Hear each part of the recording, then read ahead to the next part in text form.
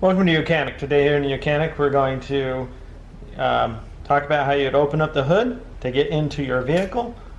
And so to start with, you're going to have to go to your driver's door, and you're going to have to open the driver's door, and down there on the bottom there is a lever to pull. There's a photo for that.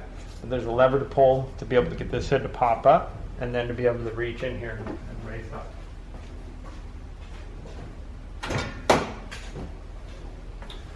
So the hood release has been done, and then it'll pop up, and there's a lever right here. And you just pull it up, and then raise the hood. These shocks are getting a little weak, so you just got to push it up. And if it doesn't hold, then you would want to put some type of stake there. Wow. That's how you open up the hood on your 2012 Toyota Camry. Thanks for watching YOUCANIC, where you can be the mechanic.